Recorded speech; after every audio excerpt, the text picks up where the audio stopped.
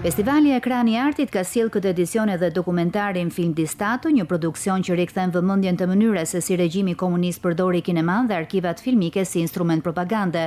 Puna mbi dokumentarin është shoqëruar me kërkime të gjata në materiale arkivore dhe dokumente të rezervuara të kohës. Këto materialet vëna bashk krijojnë një rrëfim që kërkon vërë në ripërtëritje, po të njëjtat imazhe, duke ndryshuar zërin dhe duke i dhënë zhurmat natyrale të filmit.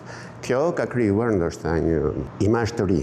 Edhe pse trajton një periudhë të kaluar, filmi vazhdon të krijojë interes te publiku i sotëm. Kjo është premiera e parë që bëhet këtu në Shkodër te Ekrani i Artit, është hera e tretë që sjell filmat e mi në premierë vetëm këtu, sepse e konsiderohen një festival të rëndësishëm. Besoj se interesi është pasi jo thjesht i njohjes së historisë, interesi është në atë frym që ka krijuar filmi.